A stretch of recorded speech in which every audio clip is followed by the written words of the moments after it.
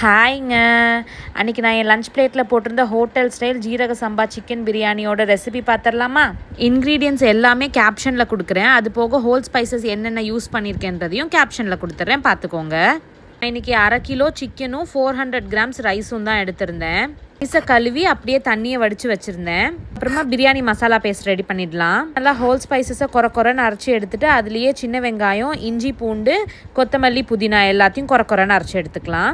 இப்போ whole spices கூட அரைக்க எடுத்த இஞ்சி பூண்டு போக நம்ம தனியாக இஞ்சி பூண்டு பேஸ்ட்டும் சேர்ப்போங்க.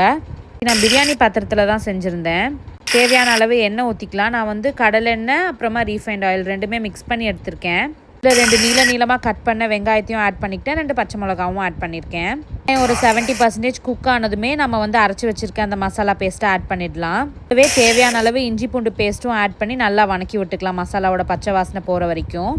இதில் நான் 1 ஸ்பூன் காஷ்மீரி மிளகாத்தூளும் 1 ஸ்பூன் நார்மல் மிளகாத்தூளும் ஆட் பண்ணியிருக்கேன்.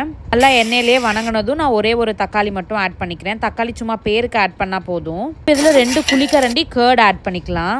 கேர்டு ரொம்ப இம்பார்ட்டண்ட்டு. ஊற்றி நல்லா மிக்ஸ் பண்ணிவிட்டு இந்த பிரியாணிக்கு தேவையான அளவு உப்பும் ஆட் பண்ணிக்கலாம்.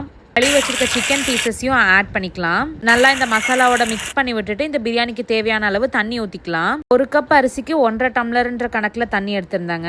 மூடி போட்டு 10 மினிட்ஸ் சிக்கனை குக் பண்ண விட்டுறலாம். மீடியம் டு ஹை ஃப்ளேமில் குக் பண்ணிக்கலாம். மினிட்ஸ் அப்புறமா ஓப்பன் பண்ணி சால்ட் ஏதாவது தேவைப்படுதான்னு செக் பண்ணி அதையும் ஆட் பண்ணிவிட்டு கழுவி வச்சுருக்க அரிசியும் ஆட் பண்ணணும். அப்படியே கொஞ்சம் புதினா இலையும் ஆட் பண்ணிக்கிறேன். நல்லா கலந்து விட்டு மூடி போட்டு லோ ஃப்ளேமில் ஒரு 5 மினிட்ஸ் குக் பண்ணிக்கலாம் ரைஸை. மூடி ஓப்பன் பண்ணி பார்த்தோம்னா ரைஸ் ஒரு 40 to 50% குக் ஆன மாதிரி தெரியும். ஸ்டேஜில் ரைஸை நல்லா கீழே இருந்து கிளறி விட்டுட்டு அதை நல்லா செட் பண்ணி தம் போட போகிறோம். தம் போடுறதுக்கு நான் அதை வாழை இலை வச்சு அந்த பிரியாணியை கவர் பண்ணிடுறேன் ஃபஸ்ட்டு. அப்புறமா மேலே மூடி போட்டு ஒரு பாத்திரத்தில் தண்ணி பிடிச்சி அதை வெயிட்டுக்கு வச்சுட்டேன். நல்லா லோ ஃப்ளேமில் ஒரு 10 மினிட்ஸ் வச்சுட்டு அதுக்கப்புறமா ஆஃப் பண்ணி ஒரு 20 மினிட்ஸ் அப்படியே தம்மில் விட்டுறணும். குக்கரில் செய்கிறத விட இந்த மாதிரி பிரியாணி பாத்திரத்தில் செஞ்சால் நமக்கு நல்லா உதிரியாக பிரியாணி கிடைக்கும். வாழையில வச்சு கவர் பண்ணுற ப்ராசஸ் ஆப்ஷனல் தாங்க. நான் நல்லா அதிலிருந்து ஒரு டேஸ்ட்டும் கிடைக்கும் அப்படின்றதுனால அப்படி கவர் பண்ணியிருந்தேன். ஹோட்டல்ஸ்ல எல்லாம் பிரியாணி உடைக்கிறதுக்கு ஓப்பன் பண்ணுறப்ப இப்படி தான் வாழையில வச்சு கவர் பண்ணியிருப்பாங்க. ஸோ நான் அதுதான் ட்ரை பண்ணியிருந்தேன். இவ்வளோதாங்க, சுட சுட சூப்பராக ஹோட்டல் ஸ்டைல் ஜீரக சம்பா பிரியாணி ரெடி.